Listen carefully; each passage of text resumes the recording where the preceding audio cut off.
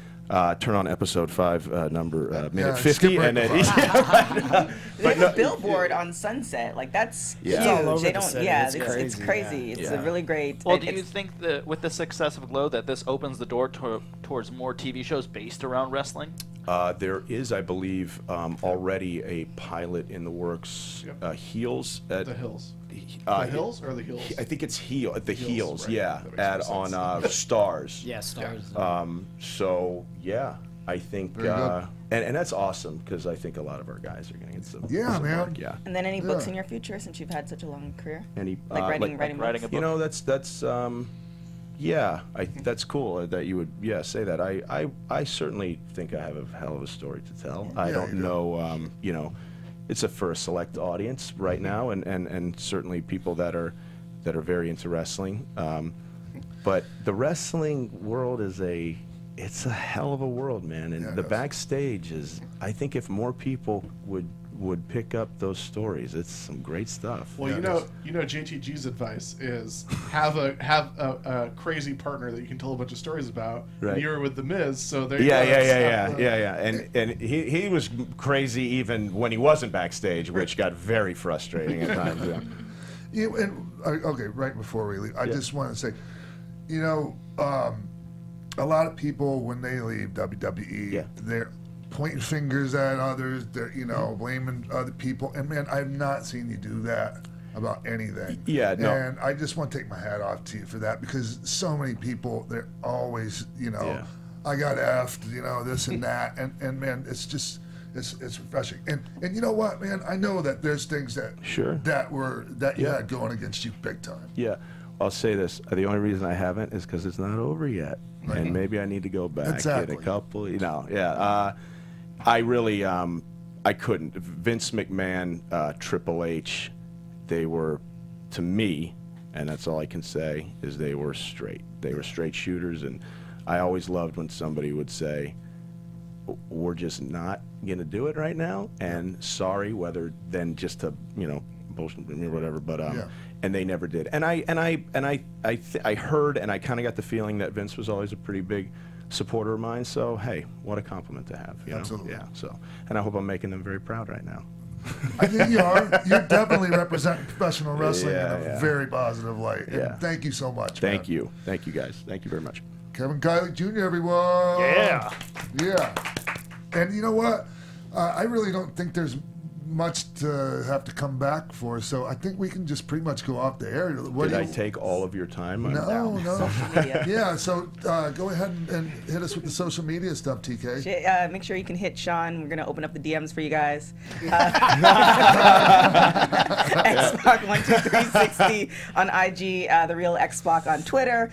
Follow us on AfterBuzz TV. 5 comments or 5 stars for iTunes, and we definitely read all your comments on YouTube. So put that. Rocky, spit Azuka out your. Rock, yeah, on Twitter, AZUCARROC, and don't forget to check out RockyRomeroMerch.com, my new merch site. Nice. What about your Bandcamp, man? Your Bandcamp. Oh yeah, you can find all my music on iTunes, Amazon, Spotify. It's Rocky Romero. You're an artist? Yeah, I'll check that out. That's awesome, man. Yeah. All right, everyone. And I believe there's a share button on the DM thing with Instagram. And correct me if I'm wrong. That any of you get you're share talking about way. Instagram. My old ass is talking about Twitter. All right, everyone. Follow me on Twitter at Jimbo in the Booth. You guys can follow me on Twitter, Instagram @ Denise Salcedo. You don't have to follow me. We got to get out of here. No. Sundown Motel, everybody. And you guys can follow me on everything at TK Trinidad. We are in the middle of my birth season. I am doing donations for the Boys and Girls Club. You can see that all in the little. Hey, board Bill, there. why Sundown Motel? Nope. Anyway, all right. Hey, we'll see y'all here right here next week on XPac 12360. Easy for me to say. Keven Undergaro, Phil Svitek, Sean Waltman, producers Jimbo Frank and TK Trinidad, managing producer of AfterBuzz TV Wrestling Mark Donica, and the entire XPac 12360 staff. We would like to thank you for tuning in. Like us on Facebook, rate and comment on iTunes and YouTube. Follow XPac on Twitter at TheRealXPac and email us at xpac12360show@gmail.com. This has been a presentation of the AfterBuzz TV Network. Buzz ya later!